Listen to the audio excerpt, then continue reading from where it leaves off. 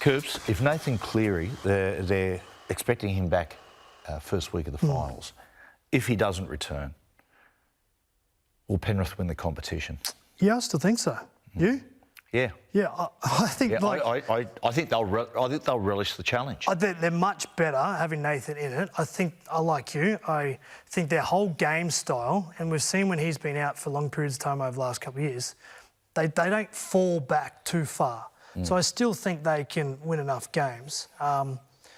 They will finish in the top 4.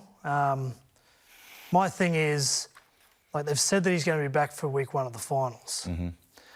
I think Ivan obviously knows his son better than anyone else, just needs to play the Nathan card at the right time. Like, they can get to a grand final, they can get to a prelim without him, I believe that. And I think Ivan does too. But when you roll Nathan out at 60, 70, 80%, that's when you need him on the field for presence, leadership, big plays, helping other people feel comfortable. Now, if you bring him back in 3 weeks' time, week 1 of the finals, and he's underdone because that shoulder apparently has been out a couple of times. I think that's just a bit of a decoy. I think they're just going to see how far they can get through this comp and then play him at some stage. Because whenever he does take the field, it's going to be a roll of the dice. So wait for it. Roll the dice when you really have to. Yeah, I agree, because if you go week 1, bring him out and it pops again, deflation in Penrith's belief to do it, just being gone. But if you get through another week, they win week 1, they get another week off. There's another 2 weeks on top of time to improve. You just know, like, how if they lost Nathan for the year, you just know that they get together, they're senior blokes. And as I said, they just relish the challenge. I don't think I've ever seen a side who can absorb the loss of a marquee player like Penrith do. I tell you why they can. Just to adjust. I tell you why they can. Because defensively, great. You don't need to be the best player in the competition to make tackles. Their system is proven.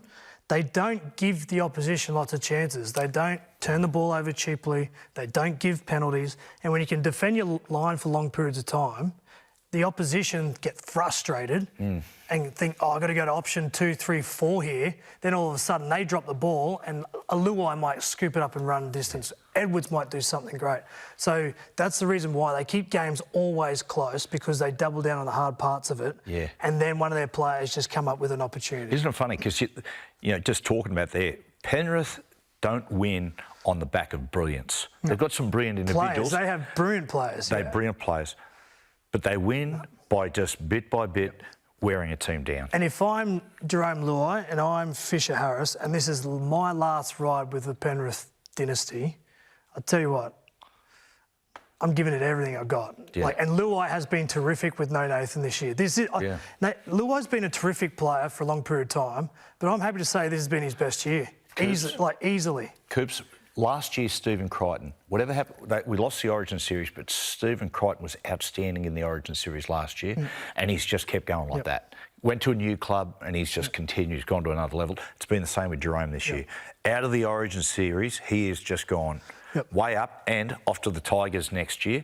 They'll be hoping he can do the same thing. Here's one for you. Do you put Luai in the 7 jersey, or do you have him stay in 6 and bring someone else in? I'd throw him the 7. Oh, yeah, because he was very good. I think he owned that. And I think he'd relish the challenge. And Isaiah, you know, with no Nathan there in this next month, it's a big one for Isaiah. I like the little adjustment Isaiah made in his football, because I watch in slippery conditions very often. Often Penrith, on those sweep shapes, just end up playing a little bit too sideways. Their football just goes towards the touchline a little bit too much. You watch Isaiah here, what he does, he stands wider. He stands wider. He doesn't sweep as such. You'll see it better here. It's a difficult pass for Nathan, but it just squares him up. It's so much better, more effective. Yeah, really like it. A good variation to what Penrith normally do. And the best part I like it is Munster here sees a big body Isaiah and thinks, oh, I've got to have to turn in. I can't sort of put my eyes on 2 defenders. And then Howarth, he had Dylan Edwards out the back, so he's worried about the speed of Edwards. Big body going in, little short pass. Because it's normally the other way around. It's normally Yo, Cleary, Luai or something. This time they've gone Yo on the fringes, which made Munster feel like he had to hold longer and then lent in. Your old mob, Melbourne, they almost did a Penrith on Penrith, by wearing them down through the spine. Penrith do it by inside balls, making the opposition middles, just burn them out.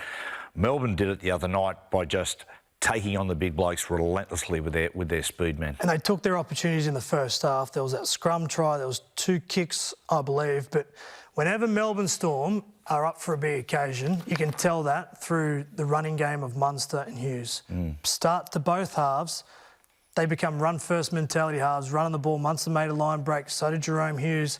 The threat of those guys to run early says to everyone else, this is the direction we're going, and then the playmaking comes off the back of that. And they've got Pappenhausen floating around in the middle as well. It's a handful.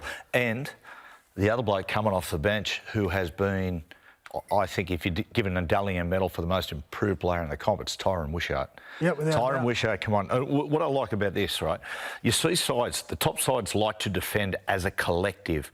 But when you play like that, like he's just done then, a direct run, taking a guy on one-on-one, it doesn't allow a team to defend as a collective. This play here is amazing because if you go back, Nelson's off the field, so's Munster, right? The threat, so they're down to 12 players. The threat of Hughes and everyone else out the other side of the field, all the eyes of Penrith went to the other side and he just showed and go and went straight through. But it's a bit different, point of difference for Melbourne because they don't normally have a ball playing middle.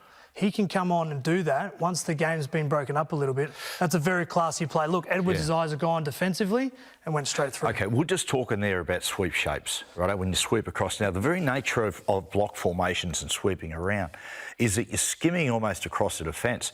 And in a lot of ways, you are allowing the opposition to defend as a unit, But when you just turn and you just run gun barrel straight, there's 12 blokes in the defence line, right? But a defence line is one man thick, and that enables you just for a one-on-one miss and you're through. I like the other thing. He over-exaggerated the sell to the right-hand side. Like he looked outside, planted his feet, did the big exaggerated dummy, and they all fell for it. And he knew that from word go he was always going to do that. Good play.